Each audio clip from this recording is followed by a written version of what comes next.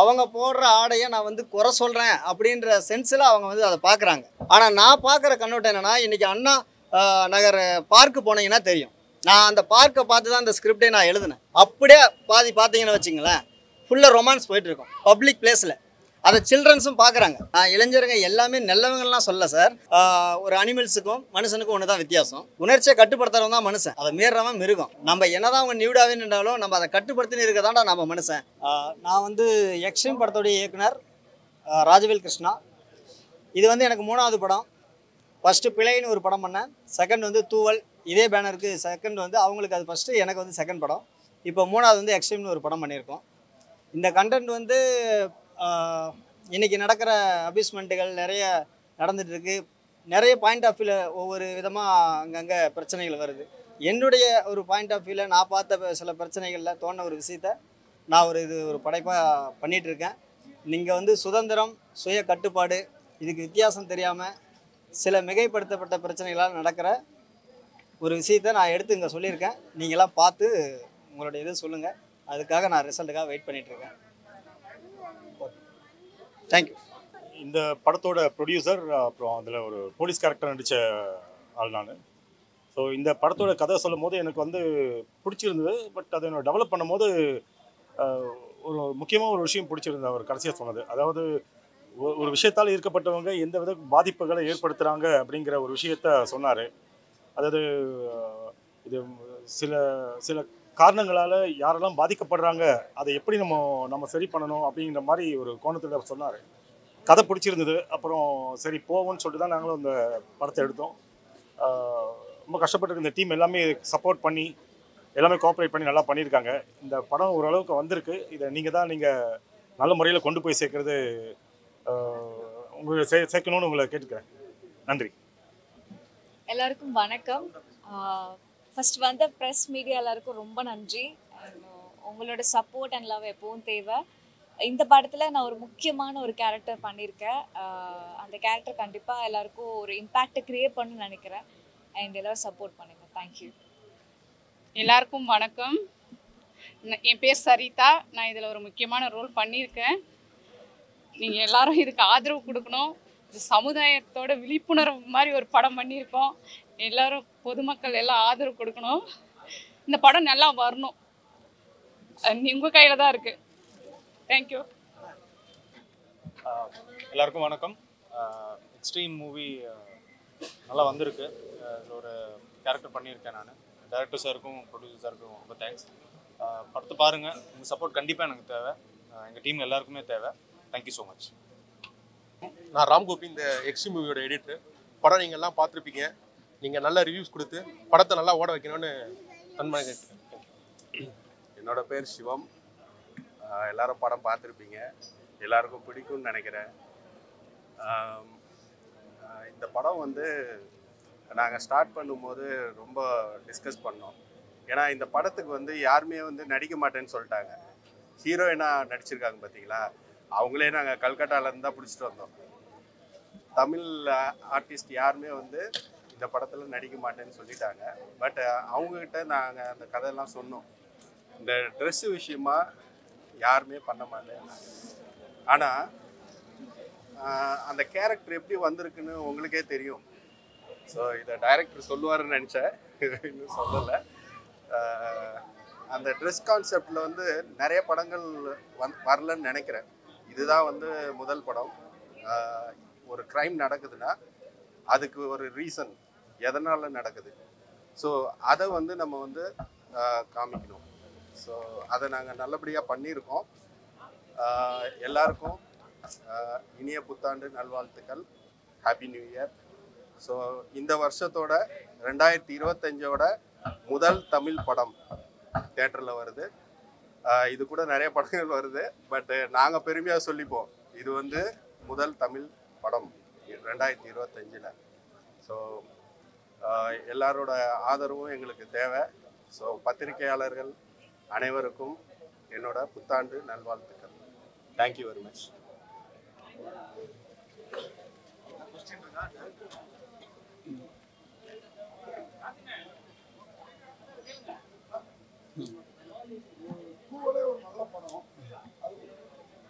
50 நாள்லயே இதை ரிலீஸ் பண்றீங்க, என்ன நோக்கம்? ஏன்னா இது வேற களமா இருக்குது.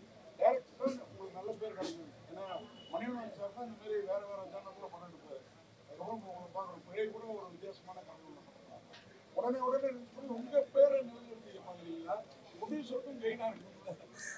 பப்ளிசிட்டிலாம் கவனம் செலுத்தி அவ்வளோ நல்லா இருக்கு படம். Thank you sir. அதாவது நீங்கள் சொன்னீங்க இல்லையா, மணிவண்ணன் சார் மாதிரி அவர் மாதிரி, ஏன்னா இப்போ யாரும் அந்த மாதிரி எடுக்கிறது இல்லை. ஏன்னா ஒரு டைரக்டர் அப்படின்னாலே அவருடைய ஒரு படம் பார்த்தாவே கடைசி படம் வரைக்கும் அவங்களுடைய ஒரே ஸ்டைலாக தெரியும். அதனால் இந்த படத்தை பார்த்தாவே இவர் தான் டைரக்டர்னு கண்டுபிடிக்க முடியும். பட் மணிவண்ணன் சார்து மட்டும்தான் அப்படி கண்டுபிடிக்கவே முடியாது. எனக்கு ஆசையும் அது மாதிரி என்னுடைய படம் இவன் இந்த பையன் இதுதான் பண்ணுவான் அப்படின்னு யாருமே ஜட்ஜ் பண்ணக்கூடாது. எது சொன்னாலும் அதை அவன் வித்தியாசமாக அவன் பண்ணிவிடுவான்.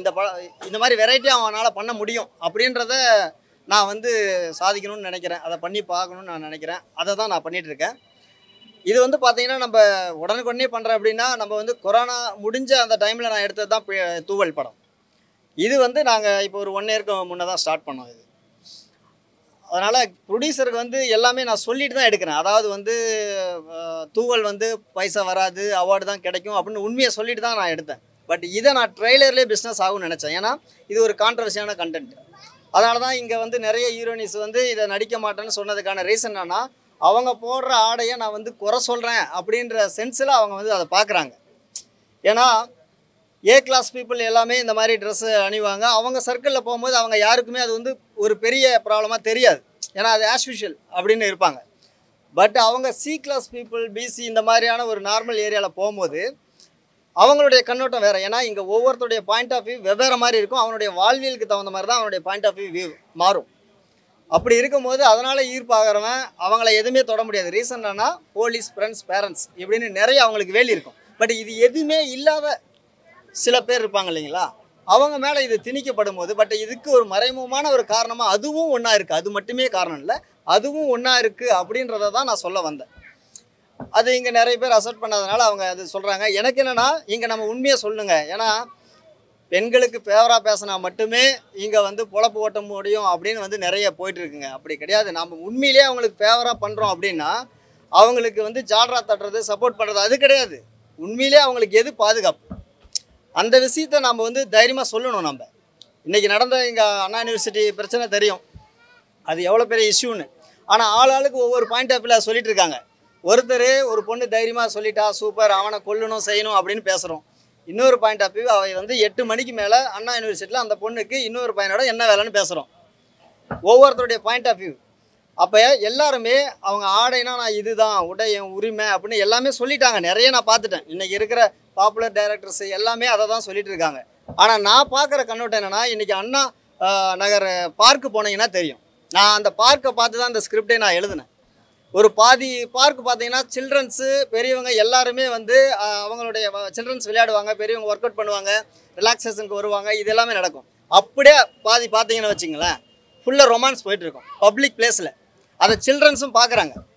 ஏன்னா நம்ம எதுக்காக வந்து சில்ட்ரன்ஸு பார்க்குற இடத்துல இடம் பொருள் ஏவல் தெரிஞ்சு நம்ம வந்து ட்ரெஸ்ஸிங் சென்ஸ் பண்ணணும் அப்படின்னு நான் சொல்ல வரேன். அப்படின்னா ஒரு போஸ்டர் வந்து ஒரு ஆபாசமாக போடுறாங்கன்னு வச்சிங்களேன் ஸ்கூல் பக்கம், அதுக்கு எதிராக இப்போ நம்ம போராடுவோம், கிழிப்போம். ஏன்னா அதை பார்த்துட்டு போகிற பசங்க ஈர்ப்பு ஆகிடக்கூடாதுன்னு தானே. அதே மாதிரி தான் ஒரு சிகரெட்டு குடிக்கிறது நம்ம உரிமை தான். ஆனால் பப்ளிக் பிளேஸில் ஏன் குடிக்கக்கூடாதுன்றோம், மற்றவங்கள பாதிச்சிடக்கூடாதுன்னு தானே.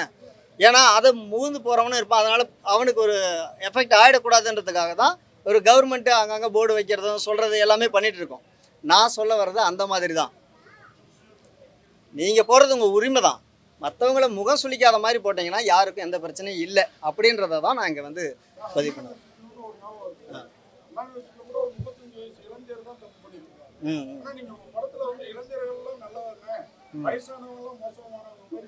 நான் இளைஞருங்க எல்லாமே நல்லவங்கலாம் சொல்ல சார். நான் ஒரு பாயிண்ட் ஆஃப் வியூவில் பார்த்த விஷயத்த ஒரு பார்ட்டை மட்டும் அதில் பதிவு பண்ணியிருக்கேன். அப்படி இல்லை. அப்போ மற்ற படத்தில் இளைஞர்கள் வந்து ஸ்மோக் பண்ணுறது, ட்ரக்ஸ் யூஸ் பண்ணுறது, அவன் வந்து கொல்றது மாதிரிலாம் இருக்குது. அதனால் இளைஞர்கள் எல்லாரையுமே நம்ம சொல்ல வரோன்னு சொல்லிட முடியுங்களா? அது இல்லை. அது ஒரு அவங்க அதெல்லாம் சொல்லிட்டாங்க. நான் ஒரு சொல்லாத ஒரு விஷயத்த சொல்லணும்னு நினச்சேன், அதை நான் இங்கே பதிவு பண்ணியிருக்கேன்.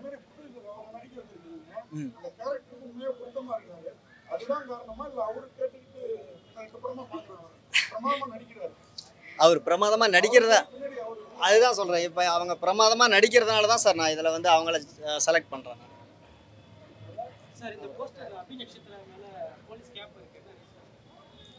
அதான் சார், இப்போ வந்து ஒரு பாதுகாப்பு அப்படின்றது தான் சார் போலீஸ். ஏன்னா இப்போ நம்ம போலீஸை எங்கே பார்த்தாலும் குறை சொல்லிகிட்டே இருக்கோம். எல்லா இடத்துலையுமே நம்ம வந்து போலீஸ் வந்து புதருக்கா போய் சிலுமிசம் பண்ணால் கூட நிற்க முடியாது. நம்ம ஒன்று வந்து இங்கே நான் வந்து பதிவு செய்ய விரும்புகிறேன்.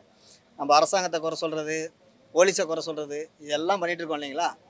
எல்லா இடத்துலையும் நம்மளை பாதுகாக்க முதல்ல முயற்சி எடுக்கணும். அதுக்கப்புறம் தான் இது வந்து பாதுகாப்பு அப்படின்றதுக்காக மட்டும் நான் போலீஸ் கேப்பை வச்சுருக்கேன்.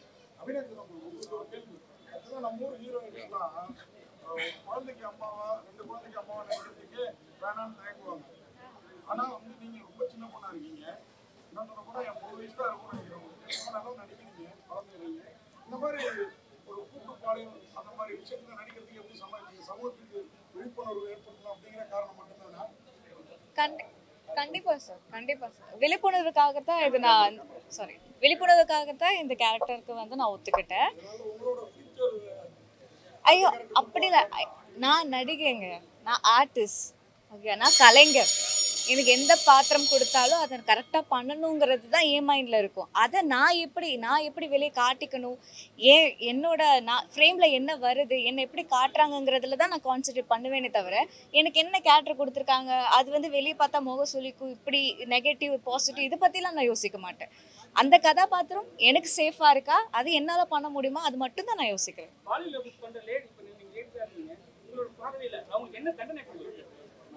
தண்டனை கொடுக்க சட்டம்லேயே நிறைய இருக்குங்க இல்லைங்க.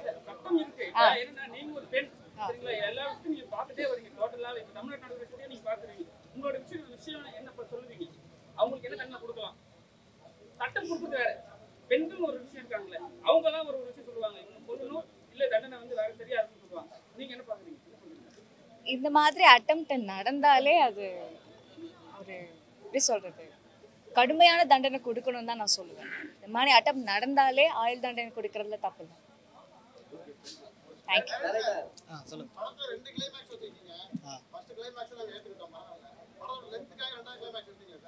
அப்படி இல்லையே சார், நான் ஒரு ட்விஸ்டாக தான் வச்சுருப்பேன் சார்.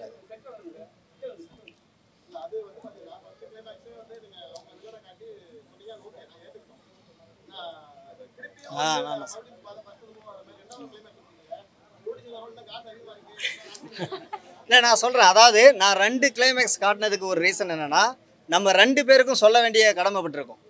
வெறும் லேடிஸை மட்டுமே நம்ம சொல்லிடக்கூடாதுங்க. ஜென்ஸுங்களும் அளவுக்கு அதிகமாக மீற அவங்களுடைய பிரச்சனைகளையும் தான் நான் சொல்ல வரேன். இப்போ ஜென்ஸுக்கு என்ன சொல்லியிருக்கேன், அதாவது வந்து பார்த்தீங்கன்னா ஒரு அனிமல்ஸுக்கும் மனுஷனுக்கும் ஒன்று தான் வித்தியாசம்.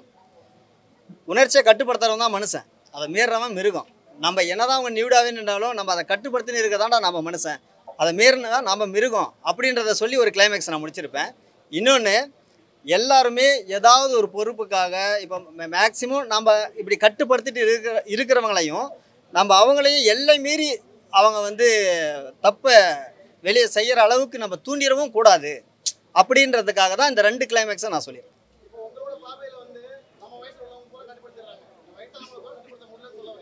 அப்படி இல்லை சார், நான் வந்து எல்லா வயசுலேயுமே உணர்வு இருக்குது சார். அந்த எல்லா வயசு உள்ள உணர்வுகளையும் நம்ம வந்து தூண்டிடக்கூடாது அப்படின்ற ஒரு நல்ல ஒரு எண்ணத்தில் தான் நான் சொல்லியிருக்கேன். ஒரு வயசு அப்படின்றதில்ல, அது சின்ன பசங்களாக இருந்தாலுமே அதை பண்ணுவாங்க. நான் சொன்னேன் இல்லையா, அதாவது போஸ்டர் ஒரு ஸ்கூல் பக்கம் போனால் அந்த போஸ்டரை ஏன் கிழிக்கிறோம், ஒரு ஆபாசமான இதனா அந்த சின்ன பசங்க பாதிச்சிடக்கூடாதுன்னு தான். அது மாதிரி நிறைய படங்கள்லேயும் பார்த்துருக்கேன், நான் பழைய விஜயகாந்த் சார் படத்துலையும் பார்த்துருக்கேன். அது பசங்க போகும்போது அதை கிழிப்பாங்க அந்த போஸ்டரை. பட் நம்ம இப்போ சொல்ல வேண்டியது என்ன, இன்றைக்கி இந்த அயனாவரத்தில் நடந்த சம்பவங்கள் நிறைய அப்பார்ட்மெண்ட் அதெல்லாம் நடந்துகிட்ருக்கு. அந்த ஒரு விஷயத்தை இங்கே பதிவு பண்ணணும், அதுக்கு ரீசன் இதுவும் ஒன்று இருக்குது அப்படின்றதுக்காக மட்டும்தான் அதை வச்சுருக்கு. பெரியவங்களை மட்டும் நம்ம சொல்கிறதுக்காக இல்லை சார்.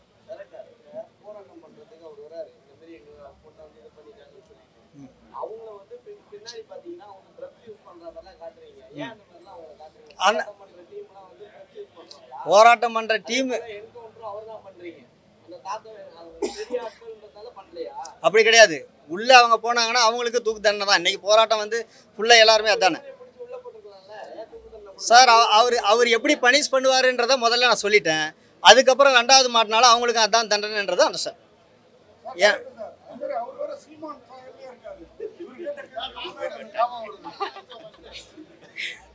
இல்லைங்க, உருவ ஒற்றுமை நிறைய பேருக்கு இருக்குங்க.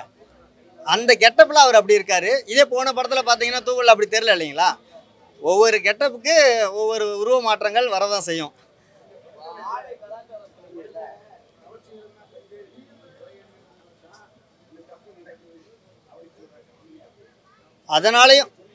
அதனாலேயும் நடக்குதுன்னு சொல்லியிருக்கேன் சார்.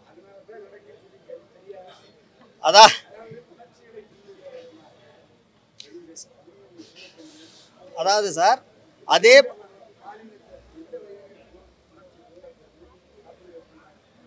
ஆமாம் சார், உணர்ச்சியை தூண்டனா தப்பு அதுதான் எல்லாருக்குமே தூண்டப்படும் போது நம்மள மாதிரி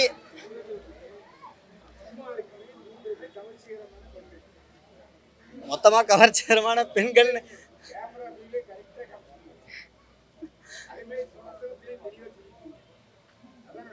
எல்லை மீறிய கவர்ச்சி தூண்டப்படும் சொல்கிறேன் சார். கவர்ச்சி மட்டும் கிடையாது சார். நான் இன்னொன்று சொல்கிறேன் சார். இப்போ வந்து பெண்களால் ஆண்கள் தூண்டப்படுது. நான் இந்த படத்தில் அது ஒரு பாயிண்ட்டாக நான் சொல்லியிருக்கேன். ஆண்களையும் மிஸ்யூஸ் பண்ணுற பொண்ணுங்களும் இருக்காங்க ஓகேங்களா? நீங்கள் அதான் சார், அது உங்கள் பாயிண்ட் ஆஃப் வியூ சார். ஒவ்வொரு பாயிண்ட்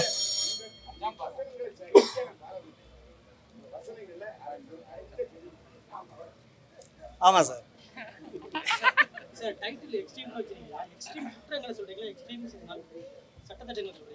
நான் குற்றங்களை சொல்கிறேன். அதாவது வந்து எக்ஸ்ட்ரீமாக நம்ம பண்ணுற குற்றங்கள் அது எல்லாத்துக்குமே பொருந்தும்.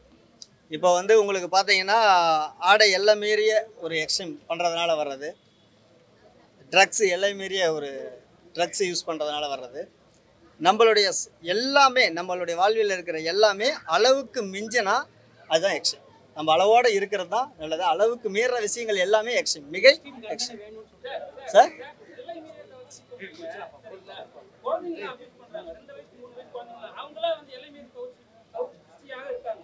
அவங்க கிடையாது. நான் இதில் என்ன சொல்ல வரேன்,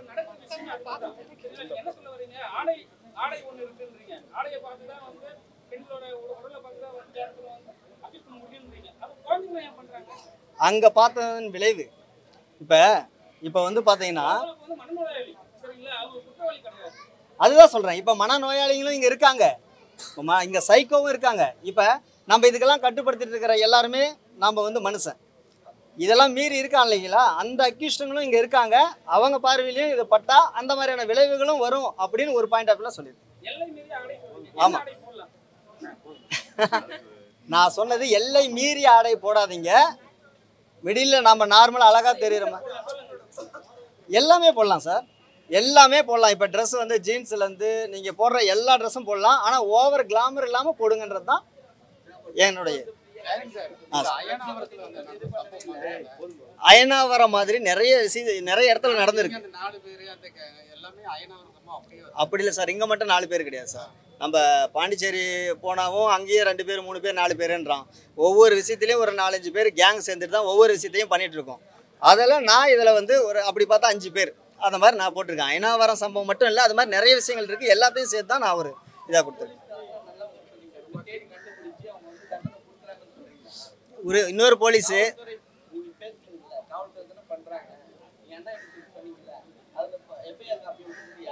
அதாவது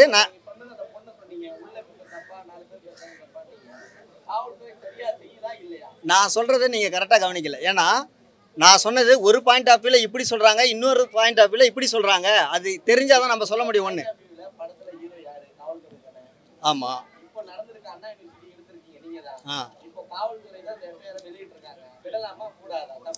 அதாவது இதே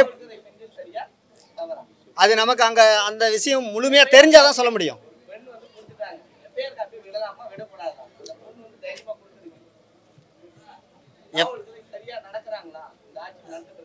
இல்லை, இது நான் என்ன சொல்ல வரேன்னா, இந்த ஆட்சின்றதில்ல, எல்லா ஆட்சியிலையுமே சில அட்ஜஸ்ட்மெண்ட் இருக்கும். ஆனால் அது எது உண்மை எது பொய் அப்படின்றது நம்ம யாருக்கும் கிளியராக தெரியறதில்ல. வெறும் செய்திகளை மட்டுமே நம்ம நம்பி தான் எல்லாரும் பேசிகிட்டு இருக்கோம். அதை முழுமையாக நமக்கு தெரிஞ்சால் மட்டும்தான் நம்மளால் அதன் பற்றின கருத்தையே சொல்ல முடியும். அதுதான். Okay thank you. Happy new year. Happy new year sir எல்லாருக்கும்.